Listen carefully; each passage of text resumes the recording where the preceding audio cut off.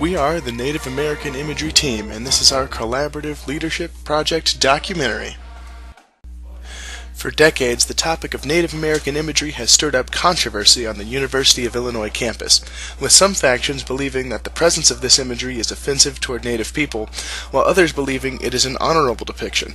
Regardless of the side one may be on, it is clear that something needs to be done.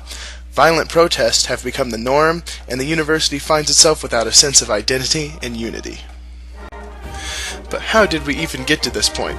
Well, in 2007, after repeated outcries from several activist groups, the NCAA ruled that if Native American imagery was to continue at UIUC in an official capacity, official approval of the Peoria of Oklahoma was needed.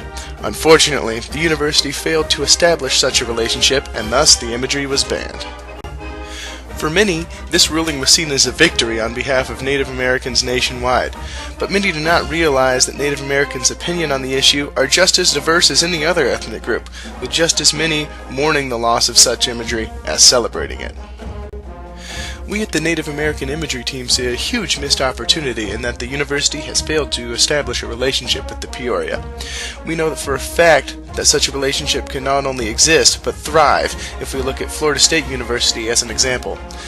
As FSU's website says, they have worked closely with the Seminoles to create a mutually beneficial relationship built on respect, and that the tribe enthusiastically supports the university's use of the Seminole name and images.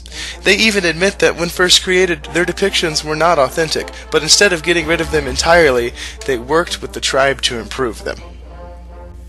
Using Florida State and other similar institutions as a model, we wanted to take steps to establishing a similar relationship with the Peoria. To do so, we began collaborating locally with Honor the Chief Society, who also hopes to reinstate Native imagery on campus, in hopes that they could link us to the Native Americans Guardians Association, or NAGA, a national group devoted to preserving positive depictions of Native culture in the American mainstream. In order to accomplish this, we established the common vision to develop imagery that could be used by the University of Illinois, which can be agreed upon by all stakeholders to be a representative and respectful portrayal of the Native American tribes that once inhabited the Illinois region.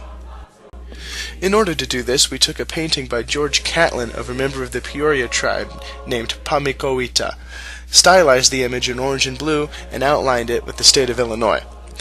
Because this image is of a specific individual in the Peoria tribe, this eliminates the possibility of the depiction being a stereotype, and it more accurately reflects the style of clothing worn by the Peoria, as opposed to previous representations of Native Americans on this campus.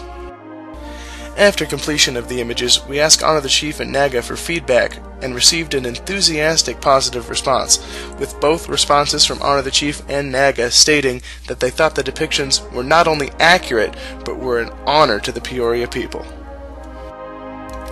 As a result, we have entered into an agreement with Honor the Chief to allow them to begin using our imagery, in hopes that it can gain notoriety with the general public, and with the goal that it can be presented to the Peoria of Oklahoma in the future.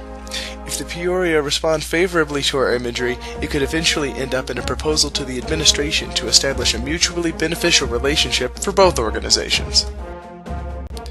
Moving forward, we hope that this symbol can be used as a gateway for people to learn more about Native American culture, that they wouldn't have had the opportunity to do so otherwise. And if you may wonder why we believe so passionately in this cause, then just consider, why continue to erase history when you can celebrate it instead?